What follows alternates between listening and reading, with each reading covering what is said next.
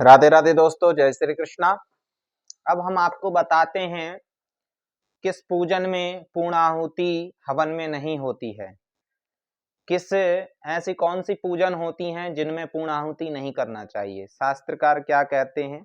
इसमें शास्त्रों में हम देखते हैं यहाँ पर ये कह रहे हैं, सबसे पहले तो पूर्णाहुति की महत्ता को समझ लीजिए। पूर्णाहुति का पूजन करने से वह आपका यज्ञ सफल होता है। दूसरी बात, उसमें अगर यज्ञ में कोई भी पूजन में हवन में कोई भी त्रुटि हो गई हो तो वह पूर्णाहुति के प्रभाव से वह जो त्रुटि होती है उसकी पूर्ति हो जाती है, वो कमी की पूर्ति हो जाती है। अगर कोई कमी रह गई हो, कोई दोष आ गया हो तो दोष समाप्त हो जाता है, कमी पूरी हो जाती है। पूर्णाहुति की ये महिमा है, इसलिए पूर्णाहुति यज्ञ में करना चाहिए। लेकिन किस यज्ञ में, किस पूजन में पूर्णाहुति नहीं होती, किस हवन में, यह बात हम जान लें, बहुत जरूरी है, नहीं तो वह कार्य निष्फल हो जाते हैं। तो यहाँ पर ये कह रहे हैं कि विवाहे व्रतबंधे च शालायाम चौल कर्मणि गर्भाधानादि संस्कारे पूर्णाहुतिम न कारयेत। कह रहे हैं विवाह में, यज्ञोपवीत में, शाला आदि में और चूणा कर्म संस्कार में, गर्भाधान आदि संस्कारों में पूर्णाहुति नहीं करना चाहिए। ऐसे ही गृह प्रवेश में भी पूर्णाहुति नहीं करना चाहिए। गृह प्रवेश में भी निषेध है, क्योंकि गृह प्रवेश में इसलिए निषेध है कि वो कार्य एक बार होगा पूजन और फिर उसके बाद में वह बार बार गृह प्रवेश नहीं होगा।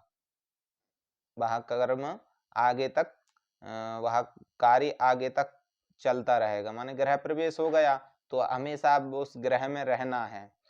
और विवाह में भी पूर्णाहुति नहीं होती है। विवाह में भी क्यों नहीं होती है कि भाई विवाह अब आगे तक चलेगा, इसलिए पूर्णाहुति वहां पे विराम नहीं देते। पूर्णाहुति का अर्थ होता है कार्य में विराम देना, उस अनुष्ठान में विराम देना।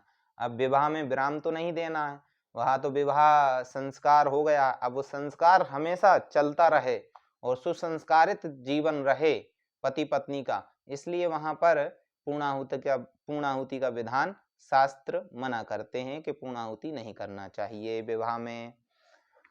और चूर्ण आदि कर्म आदि संस्कार, जो भी 16 संस्कार होते हैं, गर्भाधान आदि जो संस्कार होते हैं 16 संस्कार, उनमें पूर्णाहुति नहीं की जाती है। यह शास्त्र का मत है।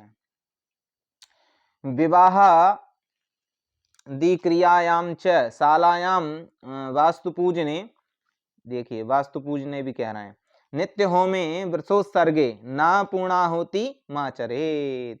अर्थात यहाँ पर पूर्णाहुति नहीं करना चाहिए। इन कार्यों में, कौन कौन से कार्यों में? विवाह में, शालायाम में, जो शाला होती है ना, शाला बनाते हैं उसमें हवन पूजन आदि होता है, तो भूजन वास्तु पूजन में माने गृह प्रवेश में, और नित्य होम में जो नित्य हवन करते हैं, और वृषोत्सर्ग में जो अंत्येष्टि कर्म के बाद में वृषोत्सर्ग होता है।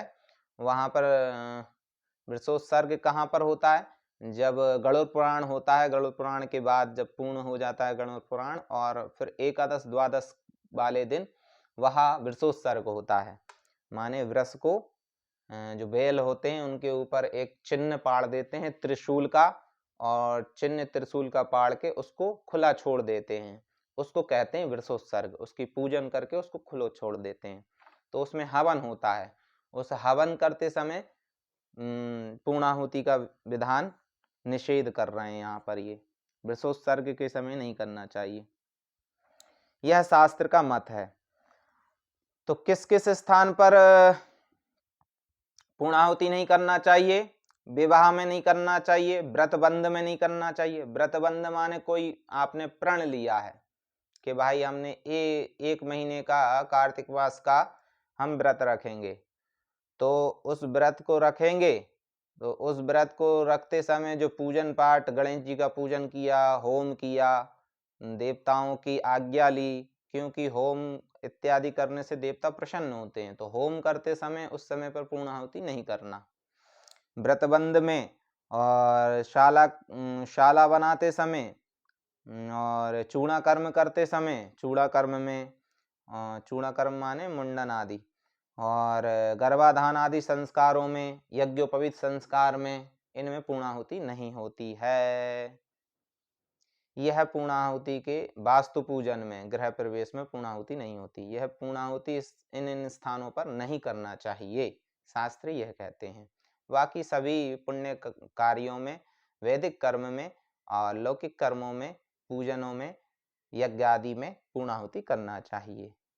पूर्णाहुति से सभी काम सफल होते हैं, वह यज्ञ पूजन सफल हो जाता है।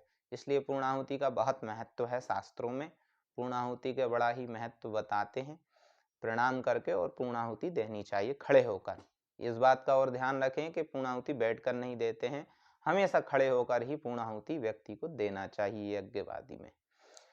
तो यह हमने आपको पूर्णाहुति कहाँ देना चाहिए और कहाँ नहीं देना चाहिए, इसके विषय में हमने आपको बताया है। जय श्री राधे, जय श्री कृष्ण।